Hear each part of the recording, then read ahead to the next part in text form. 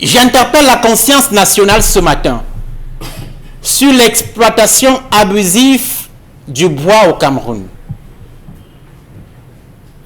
L'espace forestier camerounais s'étend sur 22 millions d'hectares.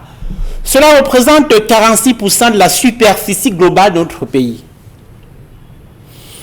Dans le bassin du Congo, c'est 11% du massif forestier et le troisième massif forestier après la RDC et le Gabon. Mais la pression croissante sur les forêts est telle que le pays est parmi ceux dont les ressources forestières sont des plus menacées dans le bassin du Congo. L'exploitation abusive du bois au Cameroun a atteint un niveau où il est clairement à craindre des conflits d'ampleur plus inquiétante que ceux que l'on observe dans nos bassins de production aujourd'hui. Ce à côté des autres conséquences sur l'environnement, la santé et l'accès aux ressources de la biodiversité.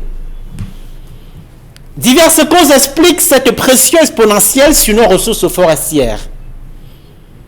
Poussée par l'appât du gain et la volonté de nourrir les industries en matières premières, les compagnies forestières étrangères ne font plus aucun mystère de leurs ambitions de raser complètement les hectares de forêt qu'elles exploitent souvent en violation flagrante des dispositions légales et réglementaires qui gouvernent ces secteurs. Le deuxième facteur dans cette folie contre nos forêts, les activités agricoles de rente.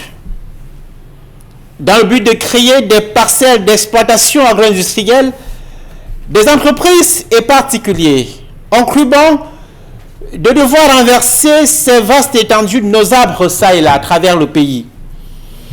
Les cultures du palmier à huile, de l'EVA et du cacao ne sont pas étrangères à cette réalité au Cameroun. Les régions de l'Est, du littoral et du Sud principalement en paient le lourd tribut.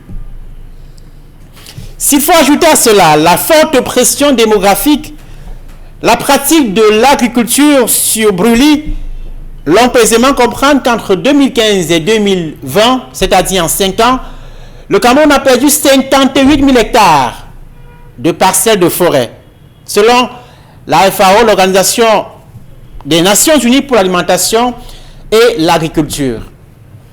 Les conséquences de cette surexploitation de nos forêts sont à divers plans. D'abord sur les populations riveraines, beaucoup d'entre elles vivent des ressources issues de la forêt, notamment les ressources fauniques, la pêche, l'élevage notamment, la chasse. Certaines ne peuvent donc plus faire de la chasse. Leur vie s'en trouve ainsi bouleversée. L'abattage sauvage des arbres tue la biodiversité. Il perturbe le cycle de l'eau. Au final, cette activité entraîne le réchauffement climatique, qui est d'actualité. Mais le plus grand perdant dans l'exploitation illégale et abusive du bois au Cameroun, c'est l'État. En 2016, par exemple, le ministère des Forêts et de la Faune a indiqué que 23 milliards de francs CFA avaient été versés dans les caisses de l'État au titre des taxes forestières. Une enveloppe bien mince au regard du vaste potentiel que le pays recèle, mais aussi des poches de corruption qui dévient la trajectoire des ressources financières que génèrent les forêts au Cameroun. Une véritable mambasse sur un patrimoine national. À demain. Merci beaucoup de l'adresse.